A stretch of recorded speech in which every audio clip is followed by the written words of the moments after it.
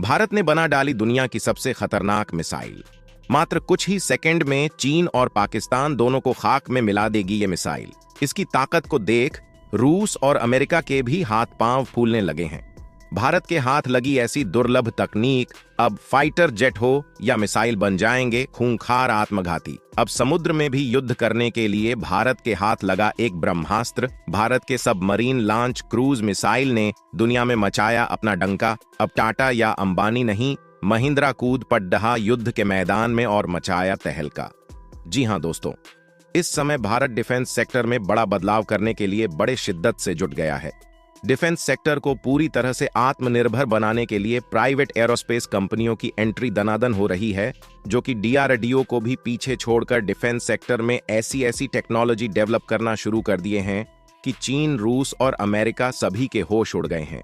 दोस्तों, जैसा कि हम सबको पता है कि रूस, चीन, अमेरिका, जापान और फ्रांस, ये सभी कंट्रीज डिफेंस सेक्टर में पूरी तरह से आत्मनिर्भर है। ये अपना खुद का तकनीक विकसित करके अपने डिफेंस सेक्टर को पूरी तरह से मजबूत बनाए हुए हैं। अभी तक भारत इन्हीं देशों में बने ballistic missile, fighter jet, hypersonic missile और ड्रोन खरीदकर काम चला रहा था। लेकिन पिछले कुछ सालों से भारत ने अपने डिफेंस सेक्टर में इतना मेहनत किया है कि भारत का डिफेंस सेक्टर बड़े बड़े विकसित देशों की लिस्ट में शामिल हो गया है। अब तो समय ऐसा आ गया है कि भारत में ही बने फाइटर जेट, मिसाइल और ड्रोन की मांग पूरी दुनिया में बढ़ती जा रही है, और यह सब भारत के आत्मनिर्भरता और प्राइवेट कंपनियों की मदद से संभव हो पा रहा है।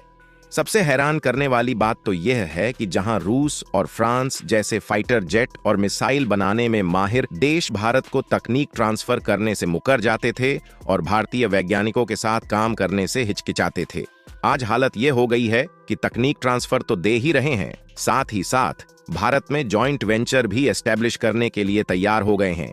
इससे आप अंदाजा लगा सकते हैं कि भारत की ताकत कितनी बढ़ गई है।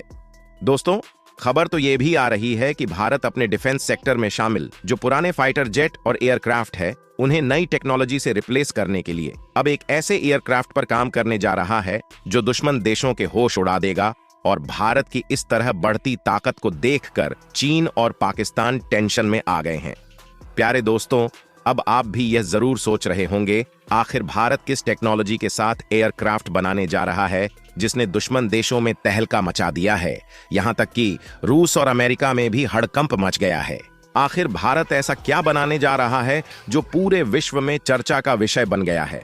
तो दोस्तों, चलिए इस वीडियो में विस्तार से जानते हैं।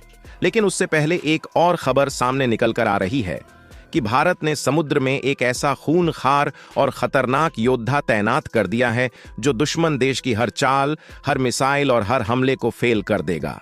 तो दोस्तों, इस वीडियो में दोनों खबर विस्तार से जानेंगे, लेकिन उससे पहले आपसे निवेदन है कि आप सभी एक सच्चे भारतीय होने के नाते इस वीडियो को लाइक करके हमारे YouTube चैनल डेल्टा जी के स्टडी को सब्सक्राइब कर लीजिए और कमेंट बॉक्स में जय हिंद जरूर लिख दीजिए। दोस्तों, अभी हाल ही में टाटा कंपनी एयरबस के साथ एक ऐसा पावरफुल हेलीकॉप्टर लाया है जिसका नाम H125 है, जो कि एक सिविलियन हेलीकॉप्टर है जिसका इस्तेमाल सबसे ज्यादा डिजास्टर मैनेजमेंट में किया जाता है। इसको बनाने के लिए दोनों कंपनियां अभी मैदान में कूदे ही थे कि इधर महिंद्रा ने भी बड़ा अनाउंसमेंट कर दिया है। अगर डिफेंस सेक्टर को देखा जाए तो अब टाटा पर और कंपटीशन बढ़ गया है, लेकिन इस कंपटीशन से हर हाल में डिफेंस सेक्टर को ही फायदा होने वाला है, क्योंकि बढ़ते कंपटीशन की वजह से यह कंपनियां एक दूसरे से बेहतर काम करने के लिए तत्पर हो जाएंगी और इससे एक नई टेक्नोलॉजी का आविष्कार होगा। दोस्तों, टाटा और महिंद्रा ही नहीं, भारत की कई दिग्गज कंपनियां डिफेंस सेक्टर में अपना अस्तित्व बढ़ाने की दिशा में लगातार काम कर रही हैं। अब रक्षा क्षेत्र में अपना दबदबा कायम रखने के लिए जब से भारत सरकार की ओर से इन कंपनियों को एडवांस हथियार से लेकर दूसरी चीजों को बनाने की इजाजत दी गई है, तब से इन कंपनियों ने बेहद कम समय में एडवांस टेक्नोलॉजी को विकसित किया है और भारत की जरूरतों को पूरा करने के लिए दिन रात एक कर दिया है। दरअसल इस कड़ी में भारत की दिग्गज ऑटोमोबाइल कंपनी महिंद्रा ने विमान बनाने का फैसला किया है। महिंद्रा ने इस काम के लिए ब्राजील की एम्ब्रेयर के साथ समझौता किया है।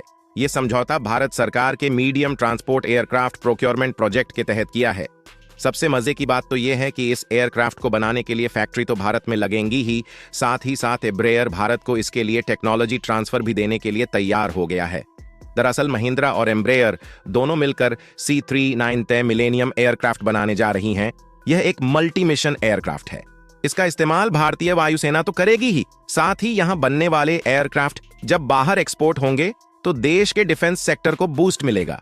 C-390 मिलेनियम की पहली उड़ान ब्राजील में 3 फरवरी 2015 को हुई थी। 2019 को इसे सबके सामने प्रेजेंट किया गया था। तब से अब तक 9 विमान बन चुके हैं, जिसका इस्तेमाल फिलहाल ब्राजील, पुर्तगाल और हंगरी की वायुसेना कर रही है। इस विमान को 3 लोग मिलकर उड़ाते हैं, जिसमें से 2 पायलट और 1 लॉर्ड मास्टर होते हैं। इस एयरक्राफ्ट में ऐसी टेक्नोलॉजी का इस्तेमाल किया गया है जिसकी वजह से इस पर हमले का कोई असर नहीं पड़ेगा। ये दुश्मन को चकमा देकर आसमान की छाती को चीरते हुए अपने काम को अंजाम दे देगा। इसका इस्तेमाल डिजास्टर मैनेजमेंट में भी किया जाएगा। दोस्तों, ये तो रही पहली खबर और अब चलते हैं दूसरी खबर पर। यह एक ऐसी खबर है जिसे सुनकर दुश्मन देशों के पसीने छूटने लगे हैं। जल्द ही भारत दुश्मनों पर समुद्र से भी वॉर कर सकेगा।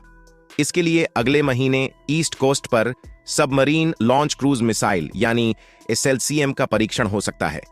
इस क्रूज मिसाइल में 500 किलोमीटर दूरी तक वॉर करने की क्षमता होगी। इस सिस्टम को DRDO ने विकसित किया है। भारत में निर्मित सबमरीन के लिए SLCM एक अहम हथियार साबित हो सकती है। इन सबमरीन को प्रोजेक्ट 75 के तहत बनाया जाना है। क्रूज मिसाइलें भविष्य में बनने जा रही रक्षा बलों की रॉकेट आधारित फोर्स में शामिल होंगी।